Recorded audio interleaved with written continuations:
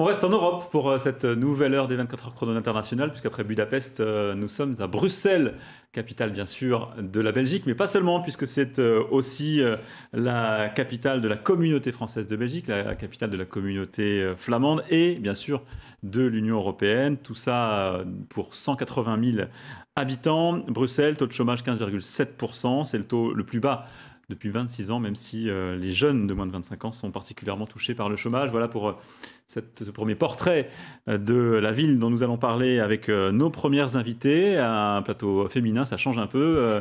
Avec d'abord Catherine Coste, qui est la présidente d'une association qui s'appelle Accueil Français de Bruxelles. Vous aidez les familles à s'installer en Belgique, globalement, et à Bruxelles, bien sûr. Aurélie Koch, bonjour. Bonjour. Vous êtes rédactrice en chef d'un magazine qui s'appelle Juliette et Victor, que je vais montrer ici d'ailleurs. Juliette et Victor, une publication destinée là aussi notamment aux Français de Belgique. On en reparlera tout à l'heure parce que vous avez aussi édité un livre. Et puis Coralie Pastor, bonjour. Oui, bonjour. Vous êtes responsable éditoriale jeunesse à la RTBF, que les téléspectateurs de TV5 Monde connaissent bien. La RTBF, la radio-télévision belge, francophone, basée bien sûr à Bruxelles. Vous travaillez pour l'Internet, pour la télévision, pour la radio, tout ça pour la... Tout média, global média. Alors on va commencer avec vous trois à évoquer les différences culturelles, puisqu'en fait vous êtes toutes les trois françaises, vous êtes installées en Belgique depuis plusieurs années déjà, mais qu'est-ce qui marque le plus quand on arrive pour la première fois en Belgique? On va commencer par exemple par vous, Catherine Coste. Écoutez, on a l'impression qu'on arrive en France, c'est la même langue, c'est tout près, mais en fait, c'est pas du tout le même pays. On est dans un autre pays, donc il ne faut pas s'attendre à tout trouver comme en France. On doit s'expatrier de la même façon que dans un autre pays. C'est pas forcément plus facile d'aller à c'est pas Bruxelles forcément que d'aller plus facile, à sauf la langue qui est plus simple, mais il y a des pièges aussi même dans la langue. C'est quoi les pièges? On en parlera tout à l'heure. Les difficultés que vous avez rencontrées, par exemple? Écoutez, il faut trouver à se loger d'abord, donc les règles ne sont pas tout à fait les mêmes.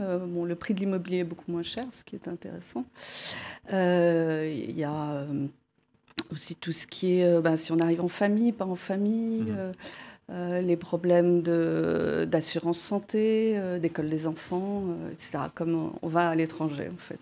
Coralie Pastor, sur le plan culturel, vous avez noté un décalage à l'époque quand vous êtes arrivée. Aujourd'hui, vous êtes évidemment bien intégrée. Quand je suis arrivée, j'avais 20 ans et c'est vrai que je me souviens d'une réflexion de ma maman qui m'a dit, d'ailleurs je la salue au passage, qui m'a dit « Mais comment tu vas faire? Il va falloir apprendre la langue. » Et donc j'étais plutôt étonnée, évidemment, de me retrouver mélangée avec des flamands et des francophones.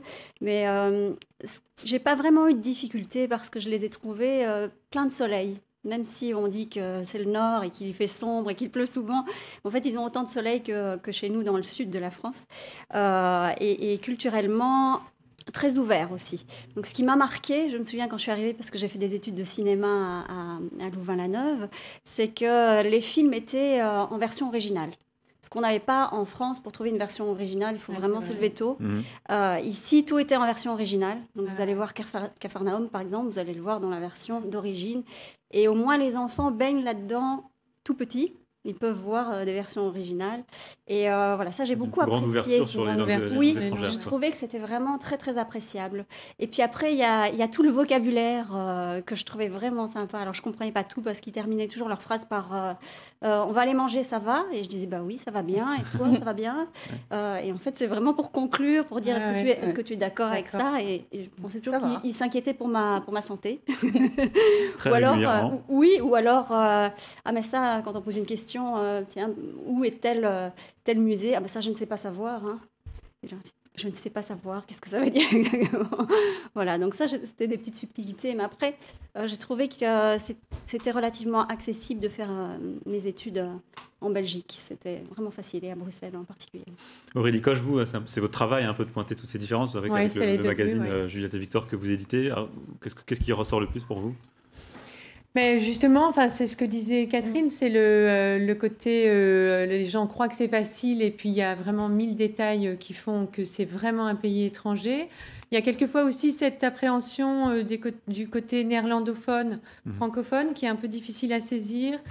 Bruxelles, qui est aussi une ville assez difficile à appréhender géographiquement. Je trouve que c'est très difficile d'avoir des repères dans cette ville. Enfin, moi, j'ai mis des années à passer d'un quartier à l'autre en me disant « Oh, ben finalement, c'est tout près. » D'accord. Et puis après, il y a les difficultés pour chercher du travail, effectivement. Mais sinon, je crois que le mieux, quand on arrive à Bruxelles, c'est d'arriver un peu vierge de toute idée préconçue. Idée préconçue, oui, parce qu'il y a vraiment une offre, une vision de la vie qui est très différente. C'est vraiment un pays étranger et les Belges ont une personnalité qui leur est propre, ont une culture qui leur est propre. Et en tant que Français, on se dit toujours, on cherche des ponts.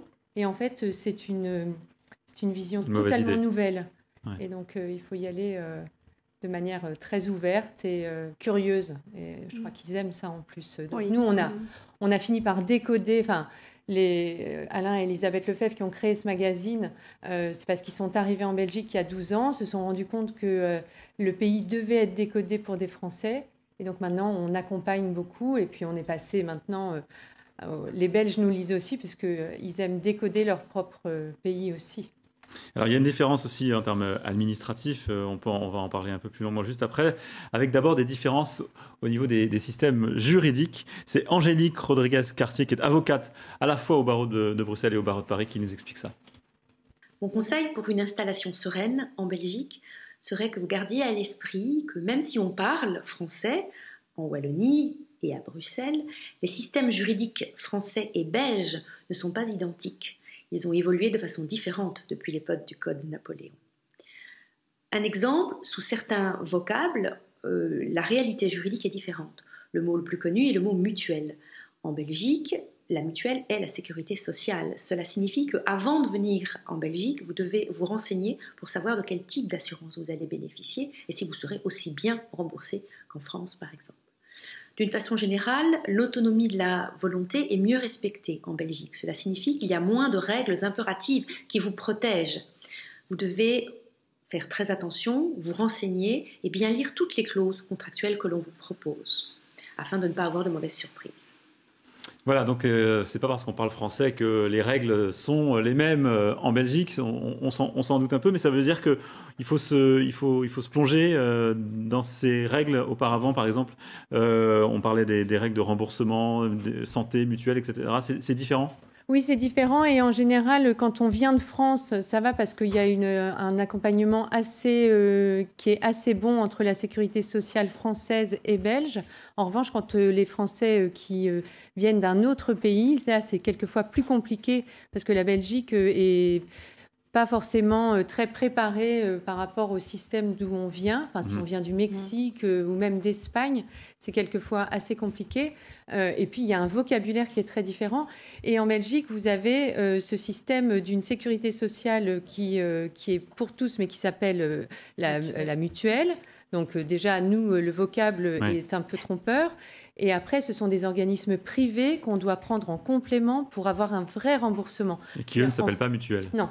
Et en France, la sécurité sociale rembourse beaucoup plus que la mutuelle belge, donc qui sont les deux mêmes organismes l'un en face de l'autre.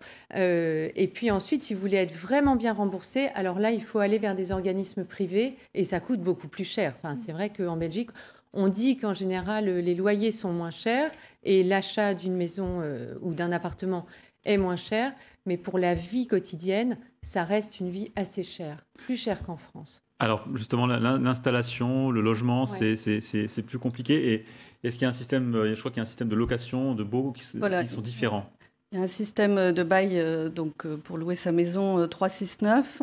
Au bout de 3 ans, en fait, on peut partir au bout de 3 ans, mais si on veut partir auparavant, on doit 2 mois, 3 mois de loyer. Mais les propriétaires sont assez accommodants. C'est-à-dire si on veut trouver soi-même son remplaçant, ça se fait assez facilement. Autre chose, les propriétaires l'état des lieux est beaucoup plus important en Belgique qu'en France. C'est-à-dire l'état Oui, ça des lieux se du prend, bien, mais, quand on rentre dans le bien, il faut vraiment le rendre dans le même état. C'est-à-dire, si on met un petit clou sur le mur, il faut l'enlever, il faut repeindre. D'accord. Voilà, donc c'est quelque chose à pas du tout négliger. C'est un état des lieux qui dure très longtemps avec Très des précis. experts Vous avez des sociétés extérieurs. qui font que ça. Voilà, d'ailleurs. ce sont des experts, ce ne sont pas juste l'agent immobilier. Et il faut vraiment faire très attention quand on part. En France, on ne fait pas très attention. En Belgique, ça peut coûter très cher de ne pas rendre le bien dans le même état dans lequel on l'a trouvé. On continue cette conversation avec d'ailleurs un nouvel invité également dans un instant.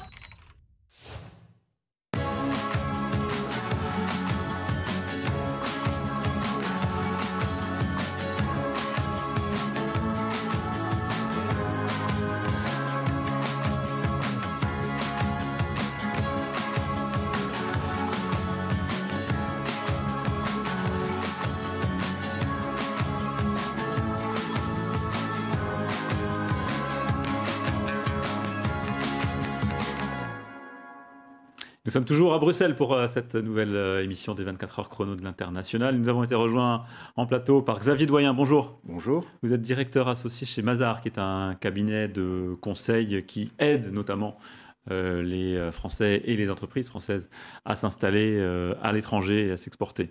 C'est bien ça? Oui, c'est ça. Mazars est une organisation internationale d'audit, de conseil et de services comptables, fiscaux et juridiques. Mazars est présent dans à peu près 90 pays, dont la Belgique. On parlait juste avant des différences culturelles, mais aussi des différences juridiques, administratives. On a parlé des loyers. Est-ce qu'il y a des différences importantes aussi entre la France et la Belgique en matière de fiscalité? Oui, la différence importante de la Belgique par rapport à la France, c'est qu'il n'y a pas d'impôt sur la fortune en Belgique. Historiquement, il y avait une taxation assez forte sur les revenus du travail et une taxation modérée sur les revenus mobiliers, les revenus du patrimoine. On doit quand même noter qu'en matière de succession, il y a un taux d'imposition assez élevé sur les successions, ce qui pousse les Belges à toujours essayer de chercher le choix licite de la voie la moins imposée et trouver des solutions. Alors ces derniers temps, les gouvernements ont essayé de réduire la pression fiscale sur les revenus du travail et par contre de compenser et d'augmenter la pression sur les revenus du patrimoine. Ça se marque essentiellement sur les revenus mobiliers, où il y a un taux de revenu de 30% sur tous les revenus mobiliers. On a pris beaucoup d'exemples d'artistes français qui se sont installés en Belgique pour payer moins d'impôts. C'est une idée reçue ou on paye moins d'impôts qu'en France? Si vous parlez à un travailleur belge et vous lui dites qu'il paye moins d'impôts, il ne va pas vous comprendre. À partir de 40 000 euros de revenus, donc on a un système d'impôt progressif, et à partir de 40 000 euros de revenus, vous payez l'impôt sur la tranche la plus imposée de 50%, avec ce qu'on appelle les additionnels communaux. Ça fait un prélèvement fiscal de 54%. En moyenne. Ce qui pousse les Belges à toujours essayer de trouver des solutions. Et c'est ce qui explique qu'en Belgique, il y a beaucoup de voitures de société. Donc, ce qui est un avantage, en fait, qui est donné aux collaborateurs pour essayer de réduire la pression fiscale. Il y a également ce qu'on appelle les plans cafétéria, où, en fait, les grandes entreprises offrent à leurs collaborateurs toute une série d'avantages qui sont moins taxés. Vous confirmez oui. à la RTBF, par exemple, ça vous avez parle. des avantages oui, évidemment, pour compenser, donc on a cette possibilité-là. Alors, on peut parler maintenant en termes de logement, mais Où est-ce qu'il faut habiter à Bruxelles? Quels sont les différents quartiers, les quartiers où les expatriés s'installent? Ça dépend ce qu'on cherche. Ça dépend ce qu'on cherche. Il y a 19 communes en région bruxelloise. Moi, je sais que j'ai été dans 10 communes différentes. J'ai commencé par Laken, près du Palais Royal. Et puis après, j'ai été à Ixelles, j'ai été à Saint-Gilles. Enfin bref, chaque quartier, chaque commune a sa particularité. Donc, lesquelles, par exemple? Et ça change. Par exemple, le quartier d'Ixelles, c'est un quartier où il y a beaucoup d'étudiants. Donc, c'est vrai que ce qui est assez étonnant, c'est qu'il y a une vie nocturne aussi. Le quartier près du centre, donc Bruxelles même, le cœur de Bruxelles, Bruxelles-Capitale, là, il y a beaucoup de culture, il y a beaucoup de musées, il y a beaucoup de théâtres. Voilà, donc si on cherche un peu plus de calme, on va aller vers Woluwe, plus de verdure. Voilà. Ça bouge beaucoup, hein. C'est ça. Enfin, il y a Vous eu, dire que ça change entre les quartiers? mais ça change, c'est-à-dire que... Et puis, il y a eu, depuis 10-15 ans, les Français se sont beaucoup installés à Uccle, à Bruxelles, à Ixelles, pardon, et dans le Haut-de-Saint-Gilles, d'une commune qui s'appelle Saint-Gilles. Et ça a un peu énervé les populations. Ça a fait monter les loyers, les ventes aussi. Et maintenant, il y a aussi des Français qui viennent et qui veulent surtout pas se retrouver avec que d'autres, un regroupement dans la communauté française. Un ghetto. Et qui du coup investissent d'autres quartiers, et tant mieux d'ailleurs. Enfin, ça fait quand même une mobilité plus grande. Et dans ces communes d'Uccle et d'Ixelles, vous avez presque maintenant 20% de Français. Alors ça se justifie notamment au début parce que le lycée français est à Uccle. Donc c'est vraiment la vraie justification du fait que les Français soient regroupés, les familles françaises. Après, il y a aussi les quartiers plus européens, plutôt vers l'est de Bruxelles, où il y a beaucoup plus de communautés étrangères dues à la présence des institutions européennes. Sur le plan culturel, Coralie Pastor, c'est une ville accueillante. C'est une ville qui bouge beaucoup, on le disait, qui se renouvelle, avec pas mal d'expositions qui sont proposées. Et c'est vrai qu'il y en a pour tous les goûts à nouveau, pour les plus jeunes aux plus expérimentés, aux plus affinitaires, je dirais. Voilà, il y a encore un musée qui vient de s'ouvrir là récemment près du canal. Ça n'arrête pas, en fait. Ça se construit, ça s'améliore, ça se remet en question. C'est ce que moi j'apprécie beaucoup à Bruxelles, c'est qu'il y a la base, il y a le cœur de Bruxelles, le Sablon, Grand Sablon, la Grand Place, etc. Mais il y a tout un monde qui grouille autour. Et les artistes sont très présents. À Bruxelles, on peut facilement croiser des personnalités avec qui on peut discuter. Ça m'est même arrivé de boire un verre avec une bière, parce qu'il y a des chouettes personnes aussi avec qui on peut discuter près de la Grand Place ou ailleurs. Et voilà, donc c'est très, très positif comme ambiance. Vous faites une transition toute trouvée pour écouter le témoignage maintenant, puisqu'on va écouter le témoignage d'une artiste, une violoniste en l'occurrence, qui est installée à Bruxelles, qui s'appelle Annabelle Berthomé-Reynolds, et qui nous parle justement de cet aspect artistique de la ville. Alors pour moi, Bruxelles est une ville faite pour les artistes. C'est une capitale, c'est vrai, 1,2 million d'habitants, mais parfois, dans certains quartiers, on s'y sent vraiment comme dans un village. On y trouve plein d'ateliers pour artistes, plein de petites boutiques d'artisanat. C'est encore à taille humaine. C'est certainement parce que les loyers ne sont pas très chers. En tout cas, en comparaison à Paris ou à Londres où j'habitais avant, c'est sans commune mesure. C'est quand même très très diversifié, c'est très accueillant. Et je pense qu'on y vient pour cette douceur de vivre, cet espace que l'on peut voir, que l'on peut percevoir et qui donne énormément d'inspiration, de liberté, de possible avec un S. Catherine Coste, il y a l'aspect donc village que vient d'évoquer ce témoignage, et puis en même temps c'est la capitale de l'Union européenne. Est-ce qu'on bénéficie aussi quand on est installé à Bruxelles de cet aspect central européen? Tout à fait. Donc le quartier européen est plutôt dans le sud-est de la ville avec les institutions européennes. Et donc ça draine toute une communauté internationale. Vous avez du coup des transports, un aéroport proche qui fonctionne très bien avec toutes les... on peut se rendre partout dans l'Europe. Les dépassements sont assez simples. Et puis il y a plus de 10% d'étrangers sur Bruxelles. Donc on sent autour de soi, il y a beaucoup de couples binationaux.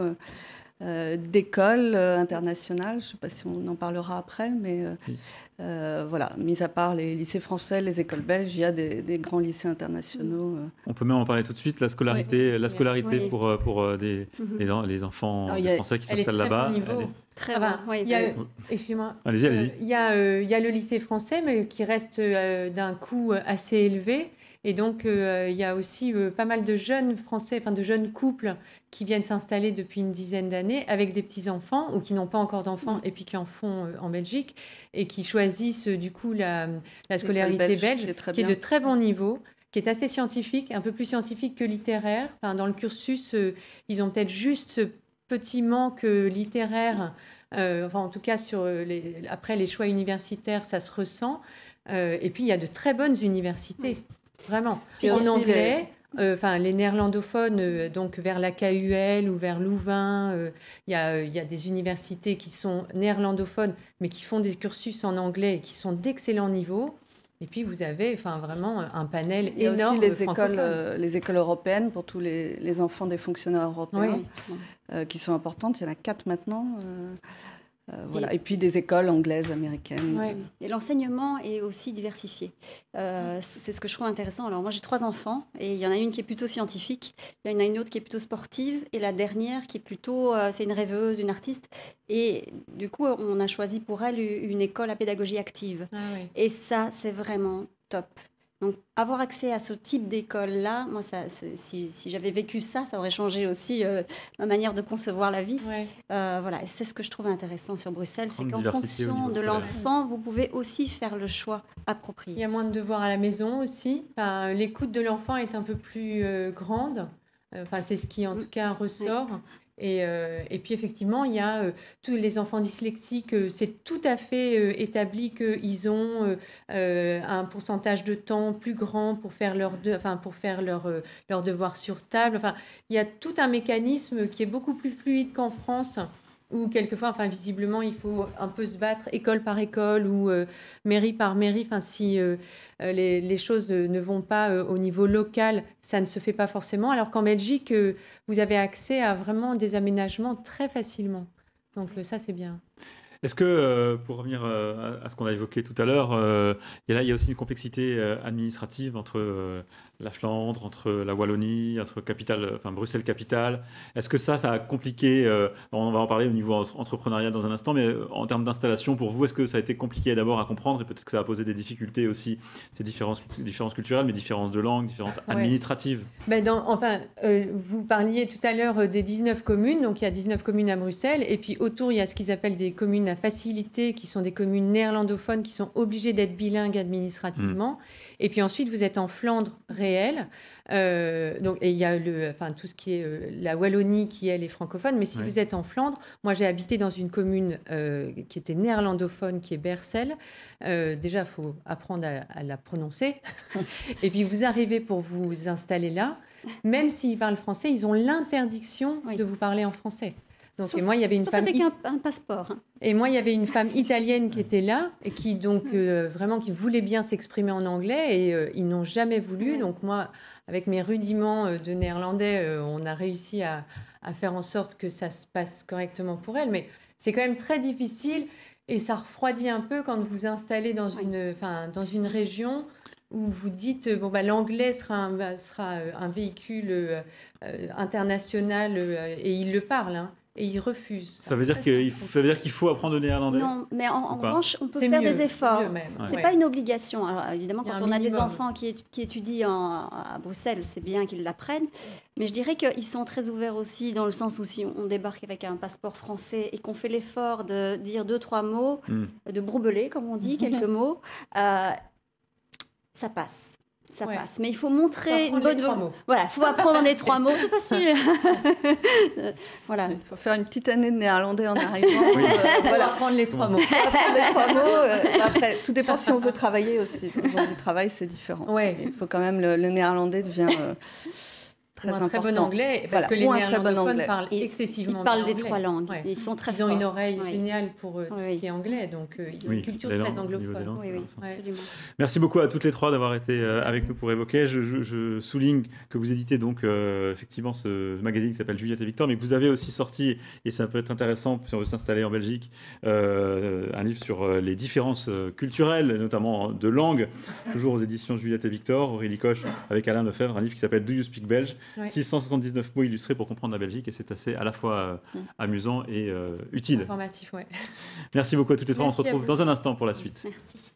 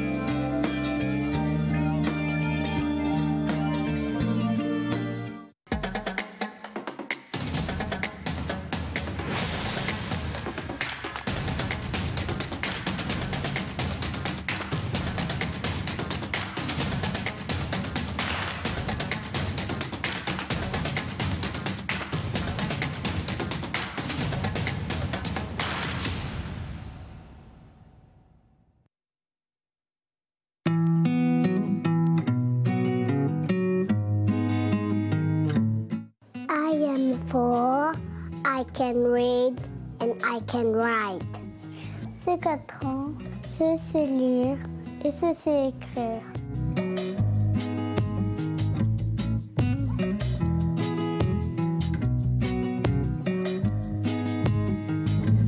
La suite de cette émission consacrée à Bruxelles, en Belgique, avec deux nouveaux invités en plateau. Étienne Rousseau, bonjour. Bonjour. Vous êtes directeur associé dans une société de conseil en management qui s'appelle Avertim et surtout président des conseillers du commerce extérieur de la France en Belgique. Tout à fait. Je suis Merci. installé en Belgique depuis 8 ans. Merci d'être avec nous. Grégoire Brunet. Bonjour. Bonjour. Vous êtes gérant associé chez Eau de Fil, qui est une entreprise qui fabrique des vélos électriques. Tout à fait. C'est bien ça. Et vous êtes basé en France, mais vous exportez beaucoup. On va savoir pourquoi tout à l'heure, vers la Belgique. Et puis nous sommes toujours bien sûr avec Xavier Doyen, qui est directeur associé chez Mazars. On parlait tout à l'heure donc des difficultés administratives et d'organisation un peu de la Belgique, des différentes régions, des différentes communautés. Est-ce que ça pose des problèmes aussi en termes d'installation pour une entreprise ? Il faut en tenir compte. La Belgique est un pays compliqué sur le plan institutionnel. On parle de lasagne institutionnelle, de millefeuille institutionnelle, selon vos goûts culinaires. En fait, il faut savoir que depuis les années 70, il y a eu 6 réformes de l'État et que la 6e réforme de l'État n'est pas aboutie. Et il y aura encore des réformes de l'État à l'avenir. Alors, la région de Bruxelles, Bruxelles-Capitale, est une région bilingue, mais elle est une enclave, comme on le disait, dans la région flamande. Alors, sur le plan administratif, si votre entreprise est installée à Bruxelles, elle fera le choix de sa langue, français ou néerlandais. S'il est installé dans la région flamande, même dans les communes à facilité, dans les 6 communes à facilité, les facilités ne sont que pour les individus, personnes physiques, dans les contacts avec les administrations, mais pas pour les entreprises. Donc tous les documents officiels qu'elles devront remplir, qu'elles devront établir, devront l'être en néerlandais. Ça, c'est la complication administrative. Maintenant, dans la vie des affaires, il y a quand même une certaine liberté contractuelle. Et tout le monde fait l'effort de parler, vous savez, le commerce a ses raisons, et tout le monde fait l'effort de parler la langue de l'autre, ou avec l'anglais, vous vous débrouillez facilement. L'intérêt peut-être de connaître le néerlandais, c'est qu'entre Belges, nous utilisons l'adage « chacun parle sa langue, iedereen spreekt zijn taal », et donc dans toutes les réunions entre francophones et néerlandophones, chacun s'exprime dans sa propre langue avec ses nuances. Ce qui suppose, c'est qu'il faut avoir une connaissance passive comprendre l'autre. Pour comprendre. C'est quand même très utile de comprendre ce qu'il dit et aussi les écrits, de pouvoir comprendre les écrits. Donc voilà, ça c'est peut-être l'effort à faire pour les gens qui s'installent à Bruxelles ou en Belgique et qui souhaitent y rester un temps. Ça a été une difficulté au début quand vous êtes installé en Belgique, Étienne Rousseau ? Oui, complètement. Je ne savais pas qu'il ne fallait pas s'installer en Flandre tout de suite. Donc je me suis installé domicilié en Flandre quand j'ai créé la filiale d'un groupe français. Et effectivement, j'ai découvert assez vite qu'il fallait que tous les contrats de travail soient rédigé en flamand, donc j'ai fait marche arrière.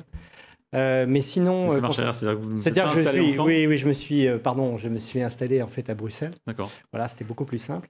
Mais concernant l'utilisation linguistique, bon, effectivement, vis-à-vis de la partie flamande, je pense qu'il faut, quand on est français et qu'on fait un effort de parler flamand, c'est effectivement très bien reçu de la part des Flamands. Mais sinon, on s'exprime en anglais et puis beaucoup de Flamands parlent français aussi. Donc, la langue n'est pas une difficulté particulière. Après, c'est les habitudes dans les affaires qui peuvent être un peu différentes. Alors, pour élargir le sujet, comment vous diriez qu'il est intéressant de s'installer en Belgique pour une entreprise française ? Quels sont les secteurs qui sont intéressants à étudier pour un Français, une entreprise française qui voudrait aller en Belgique ? Il y a beaucoup de secteurs d'activité. Hein.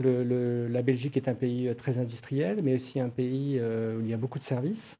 Donc il y a une vraie, je dirais, perméabilité entre la Belgique et la France. Hein. Il faut quand même rappeler que la Belgique est vu de la Belgique, la France est le deuxième client de la Belgique et la France est le troisième fournisseur en fait pour la Belgique. Donc il y a une vraie proximité. Et je dirais que toutes les opportunités d'affaires sont possibles. Nous, en tant que conseiller du commerce extérieur, on accompagne beaucoup d'entreprises de différents secteurs. Et ça va du monde de la finance, du monde de l'industrie, du monde de la mode, du monde de la santé. C'est assez varié. Et le secteur aussi des transports, de la mobilité. Tout à fait, oui, même si vous n'êtes pas directement installé en Belgique, Grégoire Brunet, mais vous exportez beaucoup vos vélos fabriqués en France, ou pas d'ailleurs, c'est une question. Est-ce qu'ils sont fabriqués en France, vos vélos ? Non, nous, ils sont fabriqués au Portugal. D'accord. Alors, toute la conception est réalisée à Lille, donc on développe l'intégralité de nos modèles et ensuite on distribue et on assure tous les services via notre siège à Lille. Donc, concernant la Belgique, oui, nous traitons alors via le siège. Donc, on n'a pas d'établissement stable. Malgré tout, on a un numéro d'entreprise parce qu'on a recruté justement pour la partie flamande un commercial parlant néerlandais, tout bonnement, qui travaille et est payé en Belgique. Donc, il est possible de le faire donc via cet intermédiaire. Et donc, oui, pour nous, le marché du transport et de la mobilité de roues est juste incroyable pour la Belgique. Ouais. C'est pourquoi il y a une spécificité. Alors, j'imagine que ça inclut aussi tous les pays scandinaves, mais aussi la Belgique. Il y a un appétit pour le vélo. Alors, il y a un appétit pour le vélo, comme vous dites, qui découle forcément des Pays-Bas et de la culture flamande, là où est, je dirais, le plus gros quand même du marché. Alors, pour en revenir, nous, en tant que fournisseurs français, on traite la Belgique tout bonnement comme une région française. L'origine de l'entreprise, on ne s'est même pas posé la question. Ça a été quasiment le premier marché, sans penser même faire de l'export, via la Wallonie, et donc les facilités linguistiques. Et je dirais aussi, puisqu'on vous avez évoqué en première partie, culturelle, où voilà, on a une accroche qui se fait quand même assez facilement, simplement. Et donc, je dirais que c'est un échange et dans un business très facile. Et donc après, il y a l'infrastructure de ce marché, encore une fois avec les mœurs très vélo qui ont pensé de ce fait-là, qui ont fait que les autorités ont pensé directement sur la partie flamande surtout à équiper les routes de pistes cyclables, etc. et à développer ce marché. Donc oui, c'est en explosion et pour nous, étant juste limitrophes, ça vous paraissait une priorité. Logique et évident. Exactement. Il y a aussi beaucoup d'idées reçues sur la Belgique et sur le commerce en Belgique. Écoutez Anne-Christine Genouville, qui est directrice de CCI France Internationale. En Belgique, c'est très simple. L'entrepreneur français arrive persuadé qu'on parle français. Or, on parle français dans moins de 50% du pays. Et il aborde très vite la Belgique comme un nouveau département français. Donc en fait, il faut simplement tenir compte de grandes différences culturelles. La langue commune est un faux ami. Voilà, c'est un sujet qu'on a déjà évoqué en première partie, mais c'est vrai que pour vous, ça vous a aussi, par les différences culturelles, vous ont surpris, vous ne vous attendiez pas de tels écarts ? Oui, en fait, je pense qu'avec Christine Genouville a tout à fait raison. On a ce sentiment de proximité, évidemment géographique, mais aussi linguistique. Mais il faut être vigilant parce que la Belgique a sa propre culture, la Belgique a sa propre fiscalité et la Belgique a son propre droit du travail. Et quand on arrive, effectivement, la langue française peut faciliter les choses, c'est indiscutable. Mais il faut savoir que le droit du travail est complètement différent. Les rémunérations sont sur 13,92 mois, c'est-à-dire 13 mois 92. La rémunération, en termes de salaire, il y a une fiscalité qui est assez forte. Donc il y a un octroi d'avantages en nature qui est très fort. C'est pour ça que les véhicules de société sont fortement proposés en Belgique. Et il y a effectivement des choses à savoir pour ne pas se tromper et pouvoir assurer un développement de business. Il faut savoir se faire entourer. Donc il y a des partenaires qui sont là pour aider et donc éviter gérer les erreurs de base, justement. Exactement. Xavier Doyen, alors ça m'intéresse ce point que vous évoquez, les 13,92 mois, à quoi ça correspond? Ça correspond simplement, vous avez les 12 mois de salaire. Le 13e mois dans certaines commissions paritaires est obligatoire, c'est la prime de fin d'année.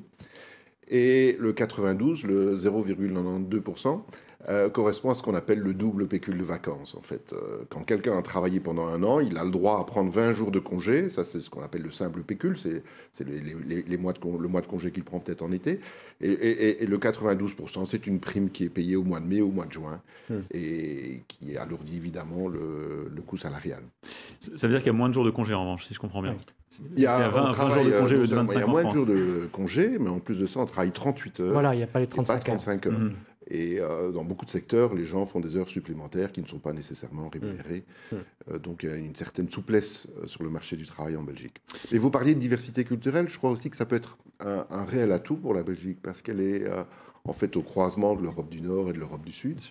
Et que c'est un marché qui est un marché test pour beaucoup d'entreprises, pour essayer de tester des produits, voir comment la population réagit. Ça, c'est un réel atout de la place belge. Comment fonctionne l'installation, la création d'entreprises? Est-ce qu'elle est différente par rapport aux démarches à accomplir en France? Elle est différente, mais pas très compliquée. Elle peut se faire réaliser rapidement. Non, il n'y a pas de blocage particulier. Est-ce qu'il y a des conseils que vous pourriez donner sur la création ou l'installation d'une entreprise? Comme dans tout pays, comme dans tout projet, il faut bien l'étudier. Et donc, il faut certainement se faire assister de spécialistes du droit et du chiffre pour remplir toutes les étapes administratives. Ça peut être assez rapide. Si j'étais très optimiste, je dirais qu'en 1 semaine, on peut créer une entreprise. Plus raisonnablement, il faut peut-être compter 1 mois entre la prise de rendez-vous et avec les différents professionnels. On voit aussi qu'il y a une nette tendance de l'administration à favoriser la digitalisation. Et donc, ce qui rend les services administratifs de plus en plus pratiques.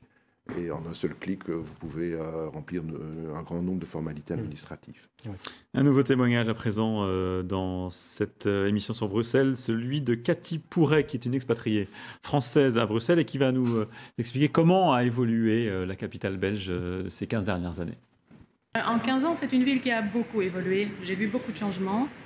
En matière de propreté, par exemple, on a toujours l'impression que Bruxelles est une ville sale, mais ils ont fait beaucoup d'améliorations. Beaucoup de bâtiments ont été nettoyés. C'est une ville qui est maintenant très belle. Il y a eu beaucoup de constructions, donc la ville change constamment. C'est très agréable.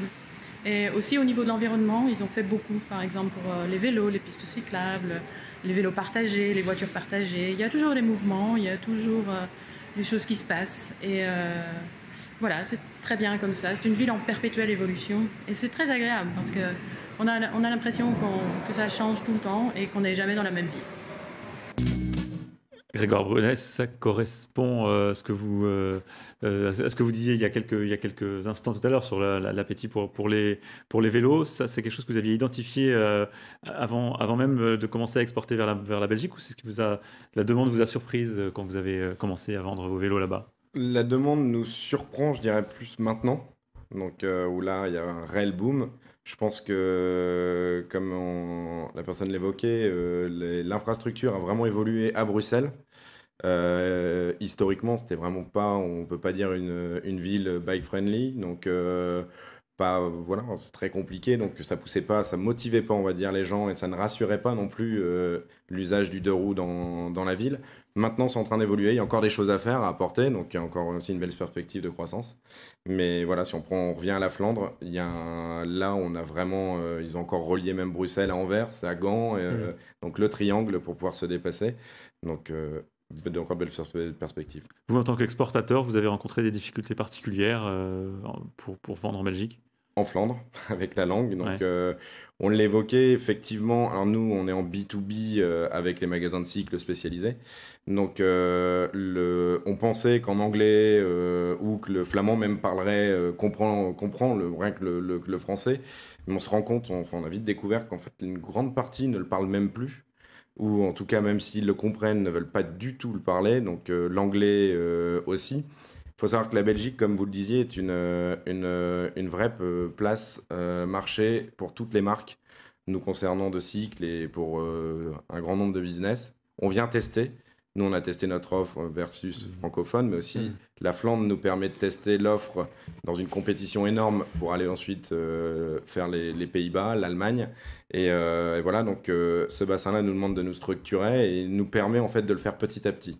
Donc maintenant, on est bien implanté en Flandre, on continue une grosse phase de développement et voilà. Donc Étienne Rousseau, c'est intéressant. Il y a un côté place stratégique aussi finalement de Bruxelles qu'évoquait aussi M. Doyen tout à l'heure. Oui, tout à fait, oui, complètement. Ça vous a été utile, vous, pour votre entreprise? Oui, c'était très utile. La Flandre, en fait, est toujours quand même un pays qui attire, parce qu'on sait que c'est en Flandre qu'il y a la majorité de la richesse, entre guillemets, et que c'est la région qui exporte le plus. Il y a 70% du total des exportations belges qui viennent de Flandre. Donc, c'est vrai que ça représente un territoire, si je puis dire, pour un exportateur très attractif. Il y a des subtilités, c'est certain. Il y a une concurrence aussi des Pays-Bas qui est certainement plus forte, surtout dans le domaine de la mobilité, j'imagine pour vous. Ouais. Donc ça rend les choses plus compliquées. Quand on présente un avantage concurrentiel, un vrai intérêt de par le service qu'on propose, de par le produit qu'on veut proposer sur le territoire flamand, il y a toujours, je suis assez optimiste sur le fait qu'on trouve un consensus et qu'on puisse travailler ensemble. Merci beaucoup à tous les trois d'avoir été avec nous sur ce plateau. C'est la fin de cette émission consacrée à Bruxelles, mais bien sûr, les 24 heures chrono de l'International continuent.